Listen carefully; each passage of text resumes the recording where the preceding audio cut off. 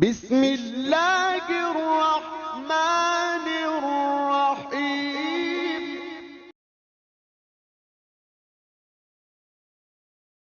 اعوذ باللہ من الشیطان الرجیم. بسم اللہ الرحمن الرحیم. الحمدللہ رب العالمین وصلی اللہ علی محمد وآلہ الطاہرین. اللہم صلی علی محمد وآل محمد وعجل فرجہم.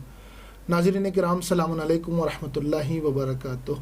میں سید عامر عابدی آپ حضرات کی خدمت میں حاضر ہوں. اپنے چینل کی جانب سے خیر مقدم عرض کرتا ہوں. آج پھر ایک مرتبہ گفتگو ہوگی جنت البقیع کے سلسلے سے، اسی اہم عنوان کے تحت کہ انہدام جنت البقیع کے حقیقی علل و اسباب کیا ہیں. اسی عنوان پہ مسلسل گفتگو فرما رہے ہیں ہمارے ساتھ مہمان عالم دین حجت الاسلام عالی جناب مولانا سید مظہر علی صاحب قبلہ. میں سب سے پہلے آپ کو سلام عرض کرتا ہوں. السلام علیکم ورحمۃ اللہ وبرکاتہ. وعلیکم السلام ورحمۃ اللہ وبرکاتہ. آغا پھر ایک مرتبہ حاضر ہوئے ہیں آپ کی خدمت میں کہ اس عنوان پر ایک اور سبب اور علل کا تذکرہ آپ کریں جس سے ہم مستفید. بسم اللہ الرحمن الرحیم وبہ نستعین انہ خیر و ناصر و معین. ناظرین کرام، ہم اپنی طرف سے بھی آپ کی خدمت میں سلام عرض کرتے ہیں. انہدام جنت البقیع کے علل و اسباب میں ایک علت ان کے اپنے فاسد عقیدے کی ترویج سے ایک نقصان یہ ہوا سب سے بڑا کہ امت مسلمہ میں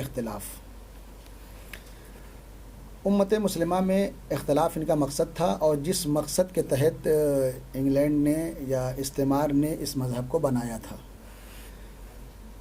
یعنی جب انہوں نے محمد بن عبد الوہاب اور محمد بن سعود نے آپس میں جو معاہدہ کیا تھا جس میں انگلینڈ کے جاسوس شامل تھے، اور آج بھی دنیا میں جیسا کہ امام خمینی نے بھی کہا کہ آج بھی دنیا میں جتنے بھی وہابیوں کے اڈے ہیں وہ سب صرف جاسوسی کے اڈے ہیں. ان کا مقصد کیا ہے؟ مسلمانوں میں اختلاف ڈالنا. اور اختلاف کا فائدہ یہ ہوگا کہ جب اختلاف ہوگا تو ہم حکومت کر سکتے ہیں، ورنہ ان کا تو خالی نام کے مسلمان ہیں. یہ اس کو اختلاف ڈالنے کے لیے میں ایک دو دلیل صرف آپ کے سامنے پیش کروں گا کہ اس میں ایک مولوی ہیں عبد القدوس، سستان و بلوچستان ایران کے شہر کے، یعنی بڑے عالم دین ہیں اہل سنت کے. ان کو جب انہوں نے خریدا وہابیوں نے، اور یہ کہہ کے کہ آپ کو اس جگہ پہ کہ جہاں علماء کی میں انہوں نے خود اعتراف کیا کہ میں فریب میں آ گیا، ان کے دھوکے میں آیا. اچھا، خود یہ دلیل ہے. خود انہوں نے خود اعتراف کیا کہ میں ان کے دھوکے میں آیا، اور انہوں نے مجھے جو اسلحہ دیا اور پیسہ دیا یہ کہہ کے کہ وہ میٹنگ جہاں شیعہ اور سنی علماء ساتھ میں ہوں وہاں تم کو بلاسٹ کرنا ہے. اللہ کس لیے ایسی جگہ پہ بلاسٹ کرنا ہے؟ تاکہ شیعہ اور سنی آپس میں اختلاف ہو جائے. اس اختلاف کا فائدہ کیا ہوگا؟ ہم اپنے مقصد میں کامیاب. ہمارا مقصد صرف اسی وجہ سے آج پوری دنیا میں وہابیت کے اڈے، پہلے صرف سعودی تھا، اب آج پوری دنیا میں آپ جہاں جائیے، ہندوستان، پاکستان، جہاں بھی جائیں، ان کے اڈے صرف اس پہ کام کریں. ہمارے خود ہندوستان کے اندر اہل سنت مجالس میں آتے تھے، بے شک اہل سنت ماتم کرتے تھے، بالکل. لیکن جب ان کی فکر وہاں پہنچی تو سب سے بڑا نقصان کیا ہوا؟ ہمارے درمیان اختلاف شروع. انہوں نے مجلسوں میں آنا بند کر دیا، انہوں نے ماتم کرنا بند کر دیا. شادی بیاہ میں ان کے ہاتھ کا کھانا بدعت ہے، ان کے ہاتھ کا کھانا حرام ہے، جبکہ ہمارے یہاں تو یہ ہے کہ بھائی لا الہ الا اللہ محمد رسول اللہ جو کہتا ہے اس کے ہاتھ کا کھانا مشرک نہیں، کافر نہیں، پاک ہے اس کا کھانا.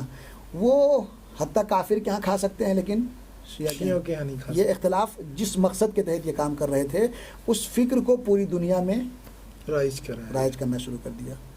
اور اسی مقصد کے تحت یہ روزوں کو گرانا کہ بھائی شیعہ بولیں گے تو باقی اسلامی ملک.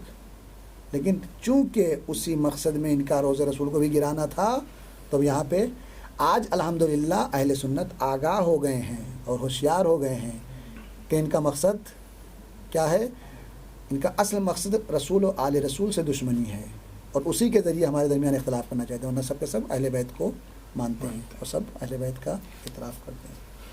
ناظرین کرام، جیسا کہ آپ نے مولانا کی ان دلیلوں سے ملاحظہ فرمایا کہ واقعی یہ وہ دلیلیں ہیں جو عام مسلمان کی آنکھوں سے پردہ اٹھا رہی ہیں اور یہ ثابت کر رہی ہیں کہ یہ جو فرقہ ہے، یہ جو وہابیت ہے، یہ جو آل سعود ہیں، یہ ان کا مقصد اس طرح کے کارنامے انجام دینا، انہدام جنت البقیہ اور دیگر ان کے فتاویٰ یہ ثابت کرتے ہیں کہ در حقیقت ان کی جو دشمنی ہے وہ اسلام سے دشمنی ہے. اسلام صرف نام کے لیے استعمال کر رہے ہیں اور دشمنی رسول اور آل رسول سے. دوسری اہم دلیل جو مولانا نے پیش کی ہے وہ یہ کہ یہ فاسد عقیدے کی ترویج کر رہے ہیں، اس کی بھی دلیل آقا نے فرمائی ہیں.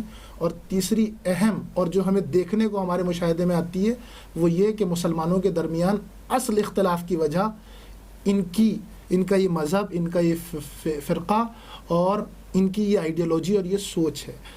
امید کرتے ہیں کہ ہمارے ناظرین تک یہ تمام کی تمام حقیقتیں پہنچی ہوں گی اور اس سے استفادہ کریں گے، بلکہ یہ تمام مسلمانوں کے لیے اہم پیغامات ہیں کہ آئیں اور ان دلیلوں پہ غور کریں، فکر کریں، اپنی آنکھوں کو کھولیں اور ایک حق کے راستے کو پہچانیں اور اس کی طرف بڑھیں.